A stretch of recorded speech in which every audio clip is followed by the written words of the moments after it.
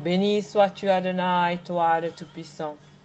Gloire et honneur à notre Maître Jésus-Christ, le seul qui s'est donné en rançon pour chacun de nous. Puissance et gloire à toi, Saint-Esprit, notre guide de tous les jours. Paix à toi qui m'écoutes, amoureux de la parole de Dieu. Que ce moment que nous allons passer ensemble te fasse du bien. Que le Saint-Esprit remplisse le lieu où tu te trouves maintenant, au nom de Jésus-Christ. Aujourd'hui, nous allons méditer sur la foi. La Bible la définit comme une ferme assurance des choses qu'on espère, une démonstration de celles qu'on ne voit pas. Allons dans Matthieu 21 au verset 18, où nous retrouvons Jésus qui, après avoir passé sa nuit à Béthanie, a faim. C'est le matin.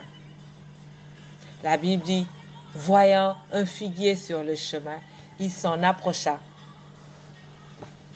mais n'y trouva que des feuilles. Et il lui dit, que jamais fruit ne naisse de toi. Et à l'instant, le figuier sécha. Les disciples qui virent cela furent étonnés et dirent, comment ce figuier est-il devenu sec en un instant? Mais Jésus, lui, n'était pas étonné, car il dit, je vous le dis en vérité, si vous aviez de la foi et que vous ne doutiez point, non seulement vous feriez ce qui a été fait à ce figuier, mais quand vous diriez à cette montagne, ôte-toi de là et jette-toi dans la mer, cela se ferait. Tout ce que vous demanderez avec foi, par la prière, vous le recevrez. Nous captons ici 3 secrets pour avoir ce que nous demandons à Dieu. Nous avons besoin de la foi. Nous avons besoin de ne pas être incrédules, c'est-à-dire de ne pas douter. Nous avons besoin de demander dans la prière. Béni soit Jésus-Christ pour sa parole qui nous éclaire. Amis soldats, vous avez vu comment Jésus s'est fâché devant cet arbre qu'il a trouvé sans fruit. Voilà qu'il revient bientôt. Courons vite nous effacer de la liste des chrétiens qui portent beaucoup de feuilles, mais sans aucun fruit. Pas question qu'il nous trouve comme ce figuier plein de feuilles. Le Saint-Esprit est là. Nous n'avons pas de motif de ne pas porter de fruits. Sa puissance est disponible. Tout ce que nous avons à faire, c'est de demeurer dans sa présence. Par sa parole, la méditation jour et nuit de la parole de Dieu. Et alors, il nous fera porter beaucoup de fruits au nom de Jésus-Christ. L'amour, la paix, la joie, la patience, l'amabilité, la bonté, la fidélité. Si nous revenons à notre passage, nous voyons Jésus a maudit le figuier en lui disant que jamais fruit ne naisse de toi. Et à l'instant, le figuier sécha. Jésus ne s'est pas adressé ici à ses disciples, mais à l'arbre. Et ce dernier lui a obéi. Attention au respect de la nature pour la sainteté. Derrière ce verset, nous avons également la grande foi de Jésus qui parle et s'attend à voir ce qu'il a commandé s'accomplisse. Mais par cet acte, il ne fait que copier l'attitude du Père. Oui, ce qu'il a vu Dieu faire, car au commencement, il est dit que Dieu créa le ciel et la terre. Et la terre était informe et vide, les ténèbres couvraient l'abîme, et l'Esprit de Dieu planait au-dessus des eaux. Et Dieu dit alors, que la lumière soit, et la lumière fut. Dieu a parlé et a attendu que ce qu'il a ordonné soit. Il dit encore qu'il y ait des luminaires dans l'étendue du ciel pour séparer le jour d'avec la nuit. Que ce soit des signes pour marquer des époques, des jours et des années. Et qu'ils servent de luminaires dans l'étendue du ciel pour éclairer la terre. Et la Bible dit, et ce fut ainsi. Enfant de Dieu, tu dois faire comme Jésus, copier Dieu. Il commande quelque chose avec précision et s'attend à voir ce qu'il a commandé se manifester. Dieu a la foi. Nous ne pouvons pas marcher avec le divin sans la foi. Paul a même pris soin de nous dire que sans la foi, il est impossible de plaire à Dieu. Mon ami, tu as besoin de la foi, comme moi, pour être ami de Dieu. Car les amis de Dieu ne souffrent pas beaucoup. Devant la maladie, tu ne peux pas dire, oh vraiment cette maladie, elle me fatigue, j'espère que ça va aller. Non, il faut parler à la maladie en l'appelant par son nom et lui ordonner de quitter ton corps, lui rappelant que tu n'es pas son temple mais le temple du Saint-Esprit. Mais tu ne peux pas être le temple du Saint-Esprit et ne pas avoir de communion avec le Saint-Esprit.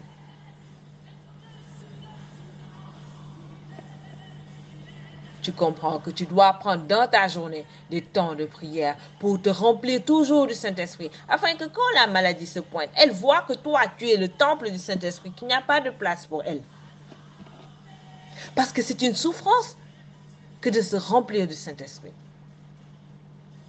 C'est une souffrance de laisser les choses du monde pour venir comment je peux dire, pour venir s'enfermer dans sa chambre et se connecter au Saint-Esprit. C'est tellement doux d'aller au milieu des gens, des amis, de jouer, de rire, de faire ce qui ne confesse pas le nom, de se cacher pour faire des choses, pensant que personne ne nous voit. Alors donc, vous comprenez que c'est une souffrance que de marcher droit, même quand il fait nuit, de faire ce qui confesse le nom de Dieu, car nous savons qu'il y a un œil qui nous regarde.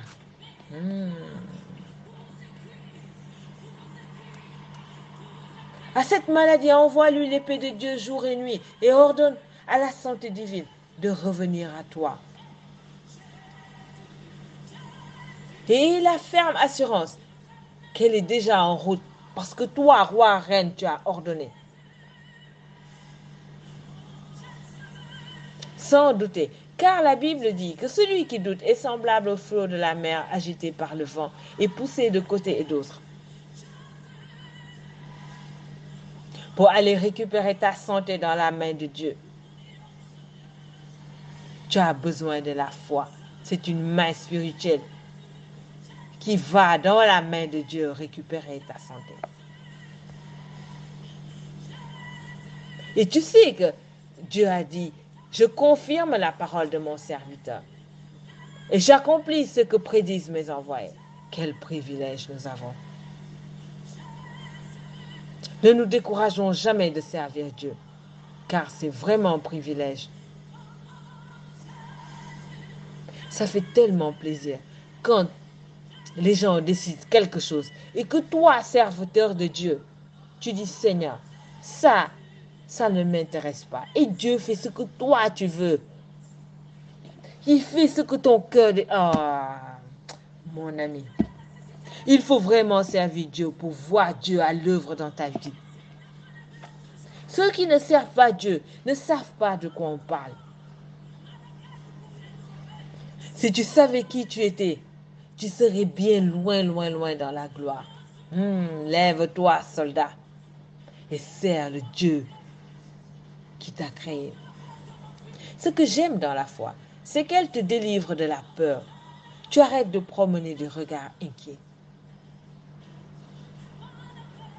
As-tu déjà vu un roi, une reine qui se balade dans son palais? Or toi, tu es roi, reine du royaume de Dieu.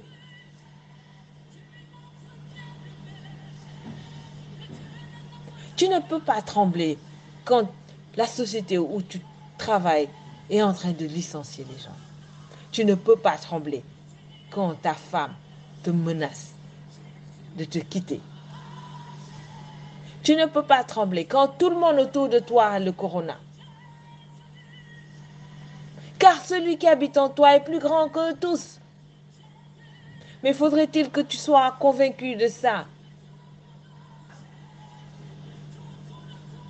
La Bible dit que le juste vivra par la foi. Assure-toi d'être sur la liste des justes, mon ami.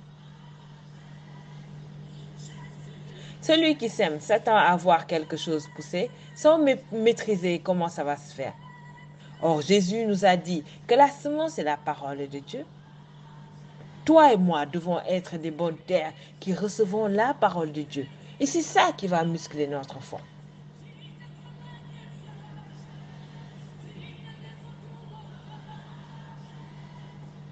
Il nous a promis que tout ce que nous demanderons avec la foi, par la prière, nous le recevrons. Regardez Josué. Dans son chapitre 10, la Bible dit que Josué s'écria devant tout Israël. Il dit, Soleil, arrête-toi sur Gabaon. Et toi, lune, fais halte sur la vallée d'Aïelon. Et le soleil s'arrêta à la lune, suspendit son cours jusqu'à ce que la nation d'Israël eût réglé ses comptes avec ses ennemis. C'est bien ce qui est écrit dans le livre des justes, le soleil s'immobilisa au milieu du ciel et différa son coucher pendant environ un jour entier. J'aime trop quand la création s'incline devant la sainteté des hommes de Dieu. La Bible dit que la création attend avec un ardent désir la révélation des fils de Dieu que nous sommes. La nature a les yeux sur nous et nous observe. Elle s'inclinera devant nous que si nous avons la marque de la sainteté sur nous.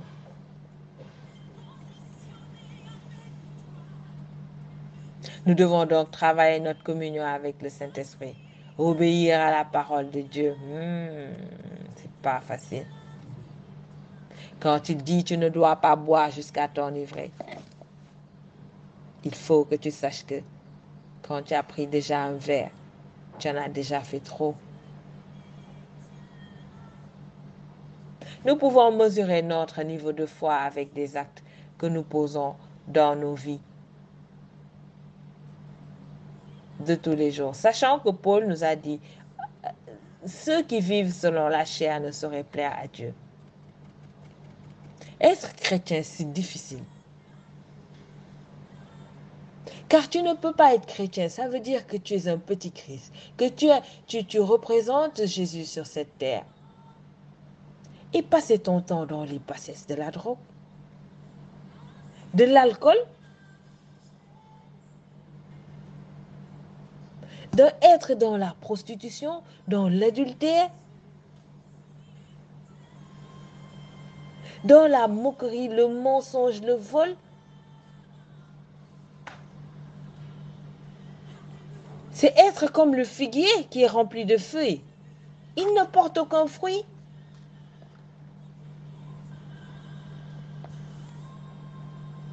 C'est n'avoir aucun respect pour le divin, qui est là, qui du haut de son trône nous regarde. La Bible dit que du haut de son trône, il regarde les habitants de la terre. Donc, qui que tu sois, où que tu sois, il te voit.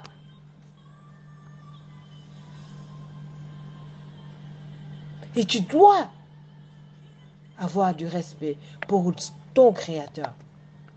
Et donc, il y a des choses que tu ne peux pas faire.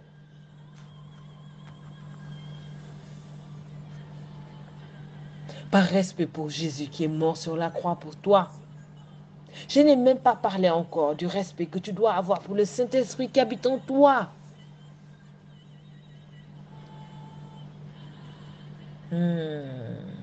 Amis soldats, nous devons prendre la décision de marcher dans la sainteté. Car le Dieu avec qui nous marchons, il est saint. Tout le monde a la foi, mais il y a foi et foi. Il y a des niveaux de foi qui ne donnent accès à aucun miracle. Regardez Thomas. La Bible dit que ce même dimanche dans la soirée, les disciples étaient dans une maison dont ils avaient verrouillé les portes parce qu'ils avaient peur des chefs des Juifs. Jésus vint Il se trouva là au milieu d'eux. Si tu es un homme de Dieu, une femme de Dieu, tu dois t'attendre à ce que pendant que tu pries, Jésus te rende visite.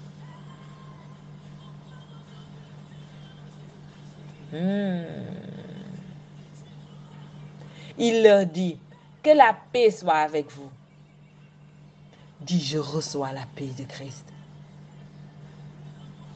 Tout en disant cela, il leur montra ses mains et son côté. Les disciples furent remplis de joie, symbole de la présence de l'Esprit, parce qu'ils voyaient le Seigneur. Que la paix soit avec vous, leur dit-il de nouveau.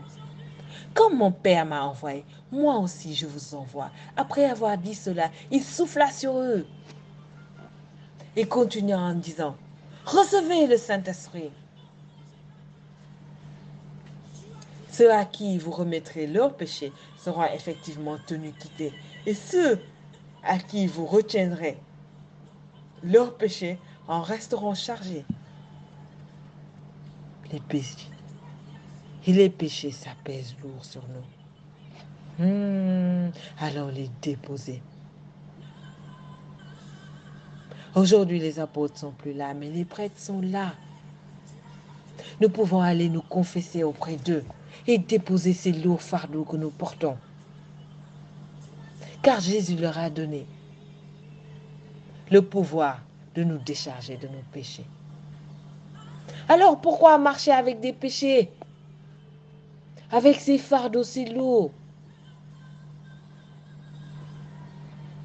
L'un des 12, Thomas, surnommé Jumeau, n'était pas là quand Jésus est venu. Et les autres disciples lui disent, nous avons vu le Seigneur. Mais Thomas, il leur répondit, si je ne vois pas la marque des clous dans ses mains, si je ne mets pas mon doigt à la place des clous, et si je ne mets pas ma main dans son côté, je ne croirai pas. Remarquez ici le niveau de foi de Thomas. Il a besoin de voir pour croire. C'est cette foi que j'appelle la foi au niveau 0. Jésus les avait pourtant avertis qu'il allait ressusciter le 3e jour. Mais lui, une fois qu'il a vu Jésus dans le tombeau, il s'est dit, c'est fini. L'esprit d'incrédulité règne dans le cœur de Thomas. Mais la Bible dit que 8 jours plus tard, les disciples étaient de nouveau réunis dans la maison. Cette fois-ci, Thomas était avec eux. Jésus vint alors que les portes étaient encore verrouillées. Il se tint au milieu d'eux et leur dit, que la paix soit avec vous. Puis il dit à Thomas, place ton doigt ici. Vois mes mains, avance ta main et mets dans mon côté. Ne sois pas incrédule, mais crois. Thomas lui répondit, mon Seigneur et mon Dieu. Parce que tu m'as vu, tu crois, lui dit Jésus. Heureux ceux qui croient sans avoir vu. Oui, heureux sont ceux qui croient sans avoir vu, comme Abraham, à qui l'Éternel dit, va, quitte ton pays, ta famille, ta maison, la maison de ton père, pour te rendre dans le pays que je t'indiquerai. Je ferai de toi l'ancêtre d'une grande nation. Je te bénirai, je ferai de toi un homme important. Et tu deviendras une source de bénédiction pour d'autres. Je bénirai ceux qui te béniront, et je maudirai ceux qui t'outrageront. Tous les peuples de la terre seront bénis à travers toi. La Bible dit qu'Abraham partit donc, comme l'Éternel lui avait demandé. Amen. Abraham a cru en la parole de Dieu sans avoir vu Dieu. C'est pourquoi ses yeux verront le miracle de la promesse que Dieu lui a faite. Est-ce que vous voyez la différence entre le niveau de foi d'Abraham et le niveau de foi de Thomas?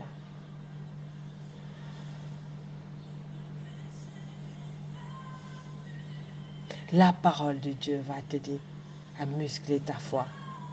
Paul dit dans Romains 10 au verset 17, « Ainsi la foi vient de ce que l'on entend, et ce que l'on entend vient de la parole de Christ. Comment avoir la foi si tu n'écoutes pas la parole de Dieu? Si tu ne médites pas la parole de Dieu? Ce que j'aime dans la méditation de la parole de Dieu, c'est qu'elle te donne une assurance. Et avec le temps, tu t'étonnes que devant les épreuves qui se pointent devant toi, tu es calme, plein de confiance en Dieu. Pendant que les autres s'affolent et vont dans tous les sens. Car toi, tu sais que pendant le déluge, Dieu était sur son trône. Alors toi, il n'y a aucun problème que tu peux avoir sur cette terre qui dépasse le déluge. Et que Dieu ne puisse pas t'obtenir la victoire au nom de Jésus-Christ. Car il te le confirme dans le psaume 58 quand il te dit, avant que vos chaudières sentent l'épine, verte ou enflammée, le tourbillon l'emportera. Oui, l'ennemi aura beau t'envoyer le feu de l'épreuve.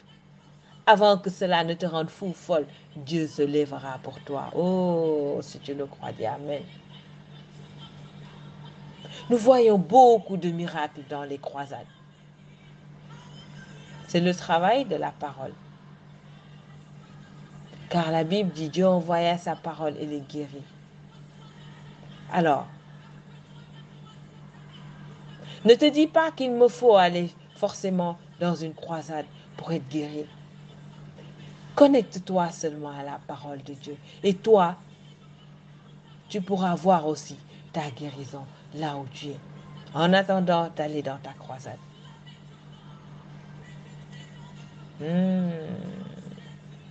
Pour terminer, je veux prier Dieu de te compter parmi les gens qui ont la foi, les gens qui lui sont agréables sur cette terre.